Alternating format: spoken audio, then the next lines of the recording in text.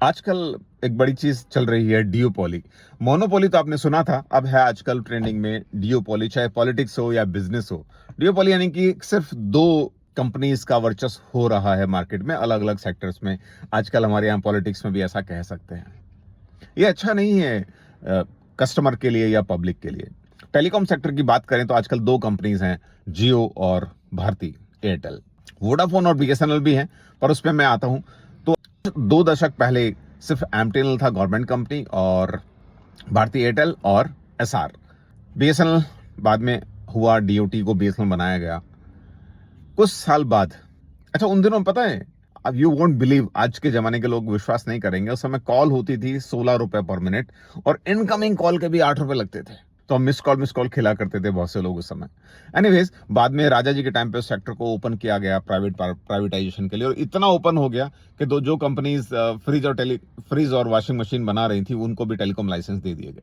उसमें क्या क्या हुआ आपको सब पता है, बताने की जरूरत नहीं है। लेकिन उसके बाद फिर से कंसोलिडेशन हुआ, और आज की डेट में सिर्फ आज की डेट में 2-3 कंपनीज रह गई हैं, वोडाफोन, एयरटेल और जियो। जियो कर लो दुनिया मुट्ठी में, याद है आपको रिलायंस इन्फोकॉम का एड, और भारती एयरटेल।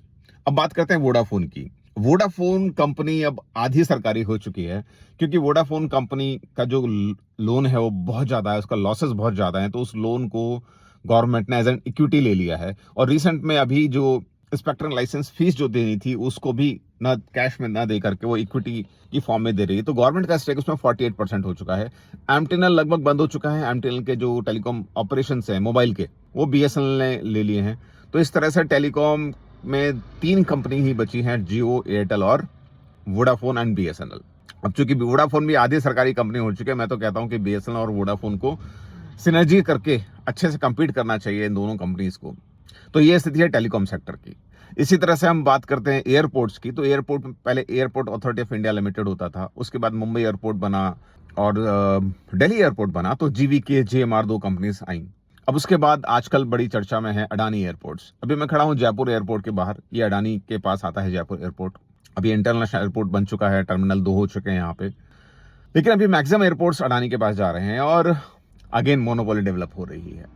अभी रिसेंटली इन्होंने यूजर डेवलपमेंट फीस बढ़ा दी है, और आपको पता होगा कि आपका जो फ्लाइट का चार्जेस है उसके अंदर काफी सारा हिस्सा यूजर डेवलपमेंट फीस के नाम पे जाता है। अब उनकी जब मर्जी होते हैं बढ़ा देते हैं, तो क्योंकि आपका इस पर कोई कंट्रोल नहीं है। अब यहाँ तो डियोपोली भी नहीं है, मोनोपोली है। ज्यादातर सेक्टर्स के एयरपोर्ट जो हैं वो अडानी के पास हैं, बाकी जीवीके और जीएमआर के पास भी हैं। तो इन शॉर्ट, डियोपोली और मोनोपोली हमारी यानी कि कंज्यूमर या पब्लिक की हेल्थ के लिए अच्छा नहीं है, बिजनेस के लिए भी अच्छा नहीं है। It should be a healthy business. और आजकल हर जगह ये देखने को मिल रहा है डियोपोली। आप सोशल मीडिया पे देखेंगे तो गूगल और मेटा 2 कंपनीज हैं जो आपके सारे सोशल मीडिया को चला रही हैं। आप आ जाइए फूड डिलीवरी बिजनेस के अंदर, स्विगी, जोमेटो। आप आ जाइए कैब एग्रीगेटर, ओला, उबर, और ऐसे टेलीकॉम के एग्जाम्पल मैंने आपको दे ही दिए हैं। चलिए देखते हैं क्या होता है आगे चल के इन कंपनीज का। डियोपोली रहती है, मोनोपोली रहती है, but it's not good for us, it's not good for us.